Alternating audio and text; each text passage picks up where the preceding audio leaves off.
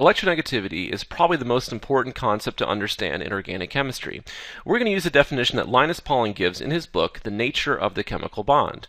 So Linus Pauling says that electronegativity refers to the power of an atom in a molecule to attract electrons to itself. So if I look at a molecule, I'm going to compare two atoms in that molecule. I'm going to compare carbon to oxygen in terms of the electronegativity. And to do that, I need to look over here on the right at the organic periodic table, which shows the elements most commonly used in organic chemistry. And then in blue, it gives us the Pauling scale for electronegativity. So Linus Pauling actually calculated electronegativity values for the elements and put them into the table, and that allows us to compare different elements in terms of their electronegativities. For example, we are concerned with carbon, which has an electronegativity value of 2.5, and we're going to compare that to oxygen, which has an electronegativity value of 3.5. So oxygen is more electronegative than carbon, and the definition tells us that if oxygen is more electronegative, oxygen has a greater power to attract electrons to itself than carbon does. And so if you think about the electrons in the covalent bonds between carbon and oxygen that are shared, they're shared unequally because oxygen is more electronegative. Oxygen is going to pull those electrons in red closer to itself. And since electrons are negatively charged, the oxygen is going to get a little bit more negative charge. And so it's going to have what we call a partial negative charge on it. So partial negative. Its partial sign is a lowercase Greek letter delta.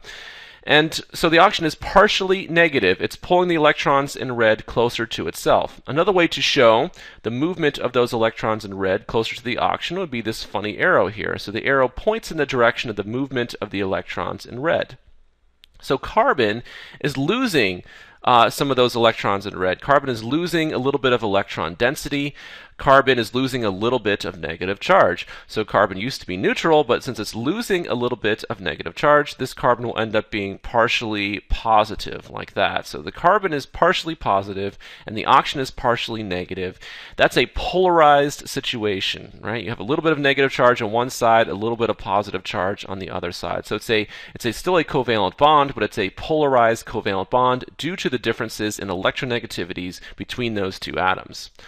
Let's do a few more examples here where we show the differences in electronegativity. So if we're thinking about a molecule that has two carbons in it, and I'm thinking about what happens to the electrons in red, well, for this example, each carbon has the same value for electronegativity, right? So the carbon on the left has a value of 2.5, the carbon on the right has a value of 2.5. That's a difference in electronegativity of 0, which means that the electrons in red aren't going to move towards one carbon or towards the other carbon. They're going to stay in the middle. They're going to be shared between those two atoms.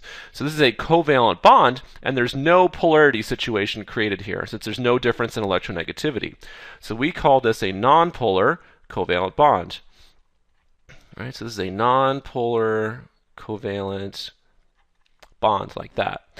Let's do another example. Let's compare carbon to hydrogen. So if I had a molecule and I have a bond between carbon and hydrogen, and I want to know what happens to the electrons in red between the carbon and the hydrogen, we've seen that carbon has an electronegativity value of 2.5, and we go up here to hydrogen, which has a value of 2.1, and so that's a difference of 0.4. So there is a difference in electronegativity between those two atoms, but it's a very small difference. And so most textbooks would consider the bond between carbon and hydrogen to still be a non-polar covalent bond. All right, let's go ahead and put in the example we did above, right, where we compared the electronegativities of carbon and oxygen, like that. When we looked up the values, we saw that carbon had an electronegativity value of 2.5, and oxygen had a value of 3.5 for a difference of 1. And that's enough to have a polar covalent bond, right? This is a polar covalent bond between the carbon and the oxygen. So when we think about the electrons in red are pulled closer to the oxygen, giving the oxygen a partial negative charge. And since electron density is moving away from the carbon gets a partial positive charge. And so we can see that if your difference in electronegativity is 1, it's considered to be a polar covalent bond.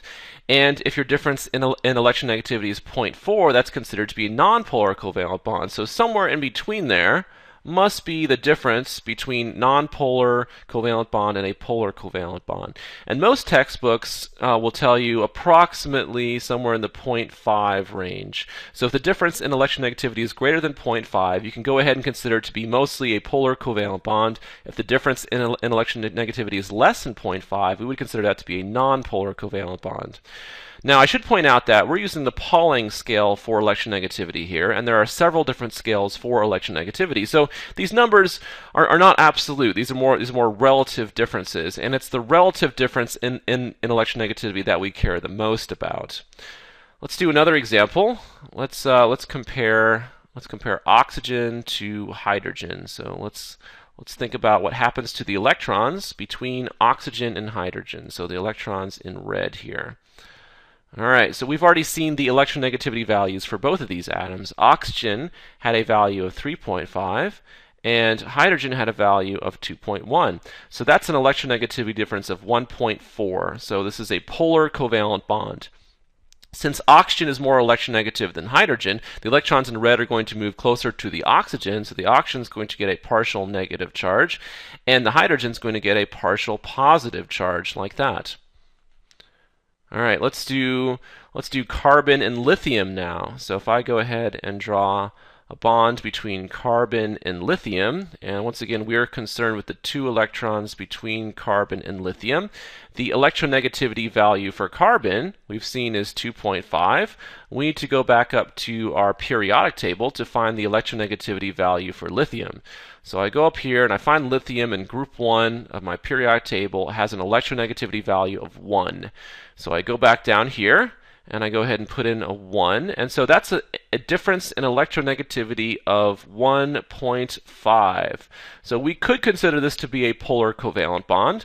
This time carbon is more electronegative than lithium. So the electrons in red are going to move closer to the carbon atom. And so the carbon is going to have a little bit more electron density than usual. So it's going to be partially negative. And the lithium is losing electron density, so we're going to say that lithium is partially positive. Now here I'm treating this bond as a polar covalent bond, but you'll see in a few minutes that we could also consider this to be an ionic bond, and it just depends on what electronegativity values you're dealing with, what type of chemical reaction that you're working with. So we could consider this to be an ionic bond. Let's go ahead and do an example of a compound that we know for sure is ionic. Sodium chloride, of course, would be the famous example. So to start with, I'm going to pretend like there's a covalent bond between the sodium and the chlorine. Right? So I'm going to say there's a covalent bond to start with, and we'll put in our electrons, and we know that this bond consists of 2 electrons like that. Let's look at the differences in electronegativity between sodium and chlorine. All right, so I'm going to go back up here. I'm going to find sodium, which has a value of 0.9, and chlorine, which has a value of 3. So 0.9 for sodium and 3 for chlorine. So sodium's value is 0.9. Chlorine's is 3. That's a large difference in electronegativity. That's a difference of 2.1. And so chlorine is much more electronegative than sodium. And it turns out it's so much more electronegative that it's no longer going to share electrons with sodium. It's going to steal those electrons. Right? So when I redraw it here, I'm going to show chlorine being surrounded by 8 electrons. So these 2 electrons in red, let me go ahead and show them, these 2 electrons in red here between the sodium and the chlorine, since chlorine is so much more electronegative, it's going to attract those 2 electrons in red so strongly that it completely steals them. Right? So those 2 electrons in red are going to be stolen by the chlorine like that. And so the sodium is left over here. And so chlorine has an extra electron, right, which gives it a -1 formal charge. So we're no longer talking about partial charges here. Chlorine gets a full -1 formal charge. Sodium lost an electron, so it ends up with a positive formal charge like that. And so we know this is an ionic bond between these 2 ions, right? So this represents an ionic bond. And so the difference in electronegativity is somewhere between 1.5 and 2.1 between a polar covalent bond and an ionic bond. So most textbooks will see approximately somewhere around 1.7. So if you're higher than 1.7, it's generally considered to be mostly an ionic bond. Lower than 1.7 in the polar covalent range. But that doesn't always have to be the case, right? So we'll come back now to the example between carbon and lithium, right? So if we go back up here to carbon and lithium, here we treat it like a polar covalent bond. But sometimes you might want to treat the bond in red as being an ionic bond, right? So let's go ahead and draw a picture of carbon and lithium where we're treating it as an ionic bond. Right? So if carbon is more electronegative than lithium, carbon is going to steal the 2 electrons in red. Right? So I'll go ahead and show the electrons in red have now moved onto the carbon atom. So it's no longer sharing it with the lithium. Carbon has stolen those electrons. And lithium is over here. So lithium lost one of its electrons, giving it a +1 formal charge. Carbon gained an electron, giving it a -1 formal charge. And so here we're treating it like an ionic bond. Full formal charges here. And this is useful for some organic chemistry reactions. And so what I'm trying to point out here is, these divisions, 1.7, it's not absolute, it's a relative thing. You could draw the dot structure above, and this would be considered to be correct, right? You could draw it like this, or you could treat it like an ionic bond down here, since it's relatively close to the cutoff. So this is an overview of electronegativity, and even though we've been dealing with numbers in this videos, in future videos we don't care so much about the numbers, we care about the relative differences in electronegativity. So it's important to understand, something as simple as oxygen is more electronegative than carbon, and that's going to help you when you're doing organic chemistry mechanisms.